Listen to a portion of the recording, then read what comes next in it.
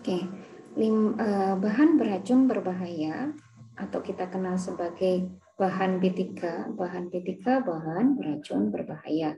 Nah, itu juga dijumpai pada Atika. Atikanya itu bisa, salah satu contohnya adalah Atika alat tulis kantor ya. Kita kategorikan sebagai itu.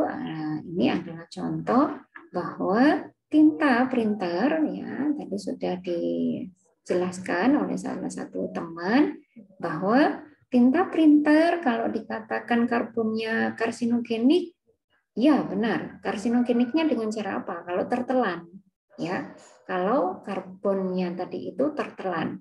Misalnya dengan cara apa? Kalau kita tiba-tiba minum tinta printer, kayaknya nggak mungkin, ya.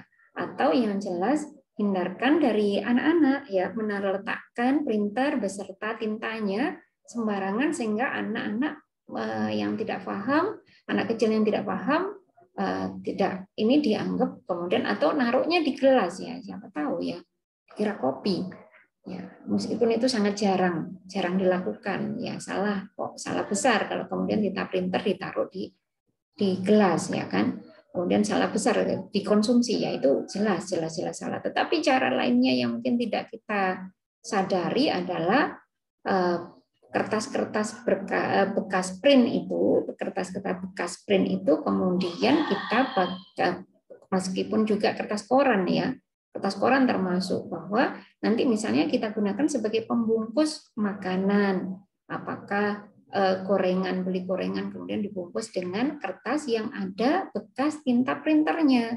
Nah, itu akan kemudian, wah itu gorengannya nanti ada tulisannya ya, alias tinta printernya tadi itu pindah ke makanan, bekasnya makanan. Mungkin masih ada ya yang demikian ya, yang sembarangan ceroboh sekali pembungkus makanan adalah bekas-bekas kertas yang ada bekas printnya atau kemudian kertas koran, sehingga tulisan-tulisan tadi itu pindah ke makanan kita. Ya mungkin pernah tahu ya, dibungkus dipakai di warung-warung itu melayani penjualan tempe, tahu mungkin ya. Nah, tahu enggak ya, enggak mungkin. Tempe bisa jadi kemudian dibungkus pakai kertasnya bekas tinta. Nah, itu kemudian masuklah ke makanan kita.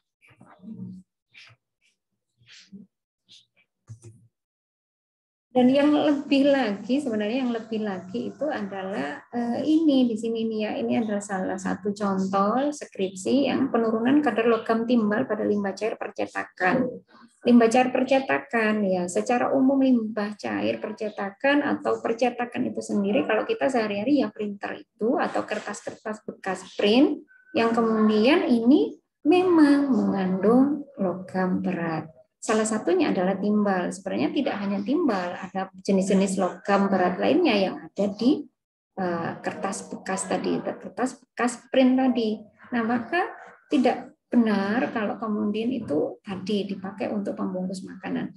Nah, yang serem lagi yaitu logam berat itu pindahnya ke tubuh kita tidak selalu melalui mulut, ya, tidak selalu melalui mulut.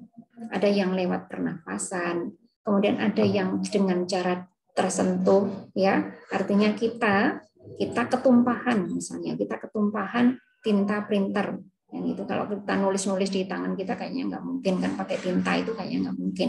Nah itu kita ketumpahan, misalnya kita ketumpahan tinta tadi. Nah ini sebenarnya kalau dicuci sampai bersih oke lah. Tetapi ada tentunya sebagian yang kemudian masuk melalui kulit kita, masuk secara absorpsi ke dalam kulit kita sehingga kemudian beredar di dalam tubuh kita cairan logam berat tadi. Sehingga memang kalau kemudian kita bersentuhan dengan print atau tadi itu memang ya, memang apa namanya? Memang besar sekali peluang kita itu terpapar bahan yang berbahaya, itu memang besar sekali. Asap kendaraan bermotor pun itu kita, jadi kalau manasi motor misalnya itu usahakan ya tidak di dalam ruangan yang tertutup karena nanti kita menghirup banyak-banyak. Nah, kemudian apalagi kalau misalnya kita di lampu merah ya, lampu merah atau di lampu perempatan itu kemudian sedang berhenti, ya matikan mesin. bukan hanya hemat energi, bukan hanya itu, tetapi ada lagi, yaitu adalah kita berada di tempat yang orang sedang ramai-ramai menyalakan. Kita berada di satu tempat yang ramai-ramai orang menyalakan kendaraan bermotor yang itu kemudian menghasilkan asap jumlah besar. Ini pun kita akan terpapar tadi logam berat, atau menghindari makanan-makanan yang dijual di tempat terbuka yang di situ dekat jalan raya, yang itu adalah adanya logam berat. Karena apa? Di pohon-pohon, di daun-daun, di tepi jalan pun itu ditemukan akumulasi logam berat. Ya, ditemukan akumulasi logam beratnya. Nah, seperti itu ya. Oke.